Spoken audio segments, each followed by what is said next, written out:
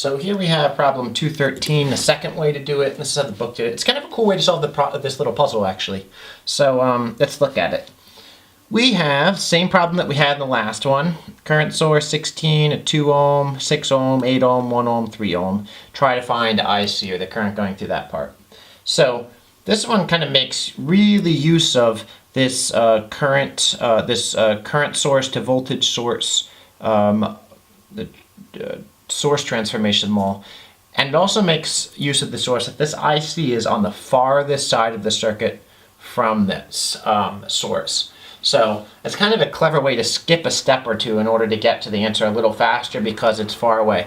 You'd really notice the benefit of doing this is if like the circuit continued the whole way out here and it's asking for this last piece. This is a much better way of doing it than all the V equal I R of the last way. So with that being said, let's start way 2. First thing that we're doing, source transformation. Got to bring this into a voltage. So we're going to get another positive, negative. We're going to get that 2 up. We're going to get that 6, 1, 3 over.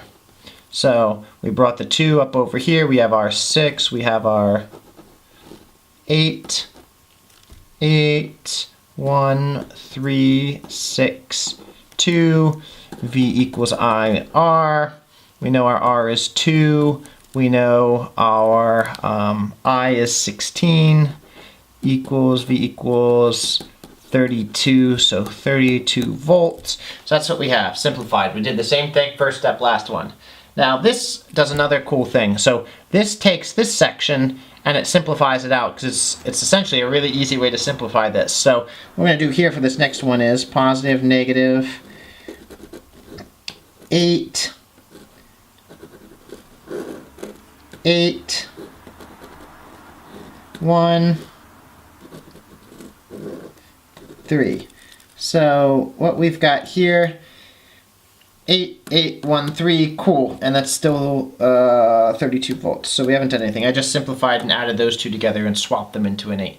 So now this is going to bring this all the way back now to a current source. So we're going to do a current source coming out, and that's going to be an 8 ohm, and that's also going to be in tandem with that 8 ohm, and that's going to be a 1 and a 3, a 1 and a 3. So all I did was, remember, I can swap that back in, and now I can bring it back to a current source. And in order to get this piece right here, we're going to be able to solve V equals I R. So our old voltage source, which was 32, equals our new current source I, and the resistance is 8. So a 32 divided by 8 is going to equal 4 equals I. So 4 equals I is going to be right over there. It's a 4 amp source now, and that's your resistance. So now what can we do? Now we can add these two up because these two are both in parallel, right? So we're going to go back over here. We're going to draw this out again. 4. We're going to draw the equivalent resistance of those two.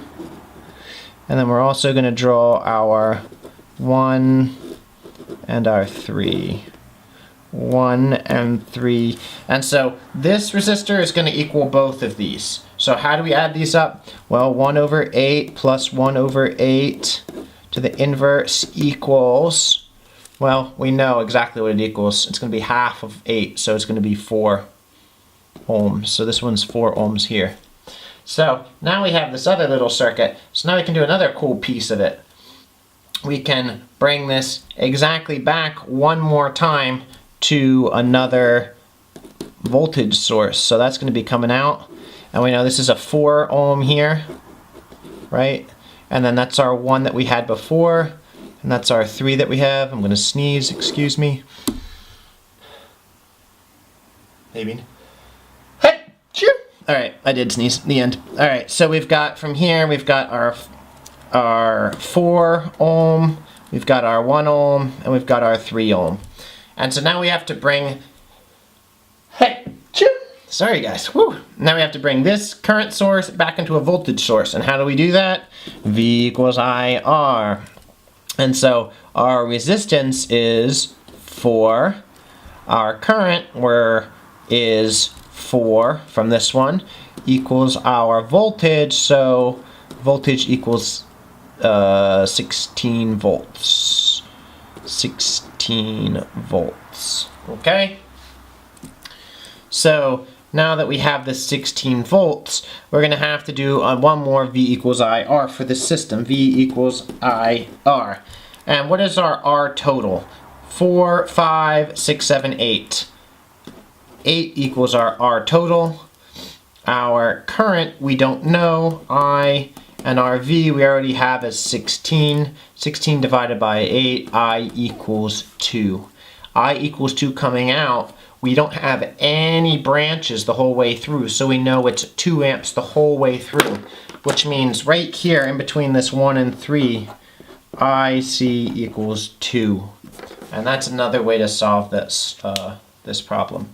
So pick the way that you like the most, kind of learn, and the most important part of this is this source transformation, pulling this current to a voltage. No matter how you solve the problem, that's probably going to be step 1. And then after that, if you want to go back and forth and pull each one of these out by bringing it back from a voltage source to a current source, then a current source back to a voltage source so you can get the answer, that's your choice. But again, this method benefits from this being on the outermost edge, because you can see we kind of broke it down as it went to get that I equals 2 amps. Okay, on to the next one. See you guys.